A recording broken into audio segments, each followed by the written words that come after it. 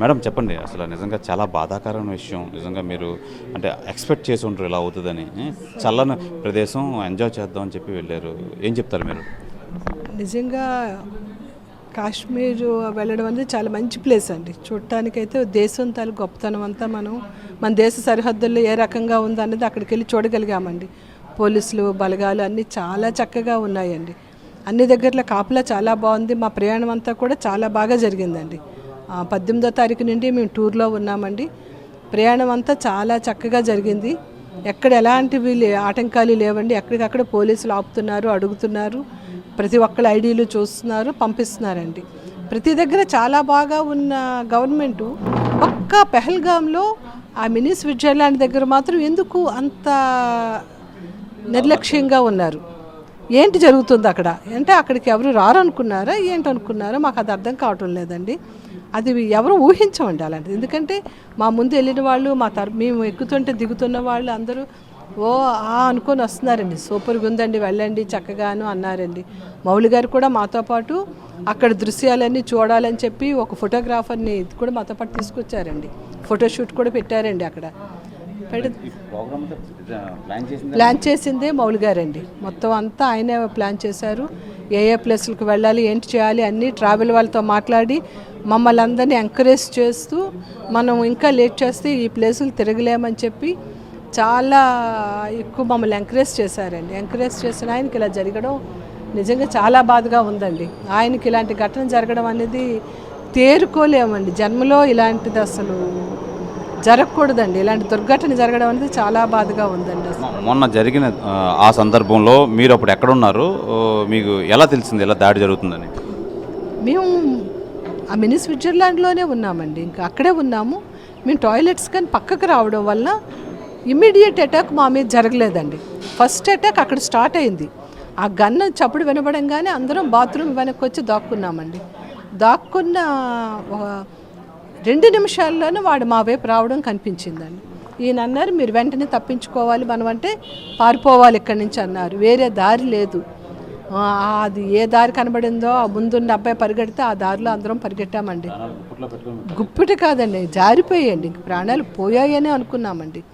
అది ఎలా బయటకు వచ్చామన్నది మేము అసలు మళ్ళీ మాకు ఇంకో జన్మ లభించిందండి. భగవంతుడు మాకు పునర్జన్మను ప్రసాదించారు అనుకోవాలి. మాతో పాటు వచ్చిన మౌలి గారికి రకంగా జరగడం మాకు ఎంత బాధగుందో మరి చెప్పలేనండి. ఇంకా మణిగారు ఎలా తేరుకుంటారు ఇందులోంచి అనేది ఆ భగవంతుడే ఆవిడకి శక్తిని ఇవ్వాలండి. అది కోరుకుంటున్నానండి. అదే మేడం, ఇప్పుడు ఇంత దుశ్చర్యకి పాల్పడి ఇన్ని ప్రాణాలు అయితే తీశారు. మన తెలుగు వాళ్ళకి సంబంధించి 2 ఉంటే మొత్తం ఓవరాల్గా 26 మందిని అయితే ప్రాణాలు తీశారు. నిజంగా ఆ ఉగ్రవాదులకి ఎలాంటి న్యాయం వాళ్ళకి ఎలాంటి శిక్ష విధించాలని మీరు అనుకుంటున్నారు? వాళ్ళకి ఎలాంటి శిక్ష విధించాలంటే అది చెప్పే లేదండి. అది నేను మాట్లాడలేనండి. ఎవరైనా మనిషి ప్రాణమేనండి. ఉగ్రవాదిదైనా మనిషి ప్రాణమే, మనదైనా మనిషి ప్రాణమేనండి. ప్రాణాలు తీస్తూ ఎవరు కూడా ఎలాంటి పనులు చేయకూడదండి. ఎందుకంటే జీవితం మళ్ళీ తిరిగి రాదండి. అది ఉగ్రవాదికైనా ఒక ఫ్యామిలీ ఉంటుంది, మనకైనా ఒక ఫ్యామిలీ ఉంటుంది. పోలీసు వాళ్ళు కూడా మనుషులేనండి. వాళ్ళు మాత్రం వాళ్ళ ప్రాణాలకు తెగించి ఎంతకని కాపాడుతారండి దేశాన్ని.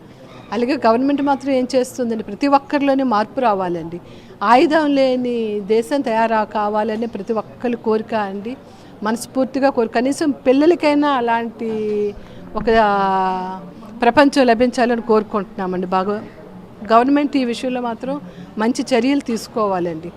మరి ఉగ్రవాదిగా మారే అవకాశం కానీ ఆలోచన కానీ ఎటువంటి వాళ్ళకి రాకూడదంటే ఎంత మంచి పరిపాలన ఉండాలో గవర్నమెంట్ చూడాలండి. ఆ స్పాట్లో నిజంగా ఒక యంగ్ కపుల్ నిజంగా పెళ్ళి పాపం చాలా ఎంజాయ్ చేశారు. నిజంగా వాళ్ళకి ఎలాంటి సిచ్యువేషన్ ఎదురైంది? ఆ న్యూ మ్యారీడ్ కపుల్ ఆవిడ ఏడుపు వింటే అండి, ఆవిడ ఒక చిన్న బాబు అండి, 4 ఇయర్స్ బాబుతో ఒక ఆవిడ ఉండిపోయారండి. నిస్సహాయంగా ఇటు బాబుని చూసుకోలేక అటు భర్తను వెతకలేక మై హస్బెండ్ అని ఆవిడ తిరుగుతూ ఉంటే ఇంకా నేను అది చూసి అసలు ముందు చాలా ఇదైపోయానండి. మరి చలించిపోవడం కాదండి, మరి గుండె జారిపోయిందండి. మరి లేదు, మరి ఇంకా ప్రాణాలు అనేవి ఉన్నాయని మరి అనుకోలేదండి. నిజంగా ఈరోజు నిలబడి మీ అందరినీ చూస్తున్నానంటే భగవంతుడు మాకు ఇంకో జీవితాన్ని ప్రసాదించారు, ఒక అవకాశాన్ని మాకు ఇచ్చారండి, అంతేనండి, అంతవరకు చెప్పగలండి. ఇది పుల్వామా దాడిలో చంద్రమౌళి గారితో పాటు వెళ్ళిన ఫ్యామిలీకి సంబంధించి శశిధర్ గారు కానీ సుమిత్రాదేవి గారు కానీ నిజంగా ఆ టైంలో మేము నరకం చూపించాం. నిజంగా ఆ సిచ్యువేషన్ మాకు ఎదురైంది, ఇంకెవరికి ఎదురవ్వకూడదు. దయచేసి ఎవరి ప్రాణమైనా ముఖ్యం, అలా టెర్రరిస్టులు ఈ విధంగా చేయడం అనేది చాలా బాధాకరమైన విషయం. నిజంగా దయచేసి ఆ ఏరియాలో అయితే ఇంకా పటిష్ట భద్రత ఏర్పాటు చేయాలి. ఇంకా తెలియక చాలామంది టూరిస్టులు అయితే యాత్రికులు అక్కడికి వెళ్ళి ఎంజాయ్ చేద్దాం అనుకుంటున్నారు. ఇలాంటి సిచ్యువేషన్ అయితే ఎదురైతే మట్టుకు ఎవరు కోలుకోలేరు. దయచేసి వాళ్ళని కఠినంగా శిక్షించాలని చెప్పి శశిధర్ గారి భార్య అయిన సుమిత్రాదేవి అయితే కోరుకుంటున్నారు. ప్రపంచంలో ఏ మూల ఏ క్షణం ఏం జరుగుతుందో వేగంగా తెలుసుకోవడానికి తొలి వెలుగు వాట్సాప్ ఛానల్ని ఫాలో చేయండి.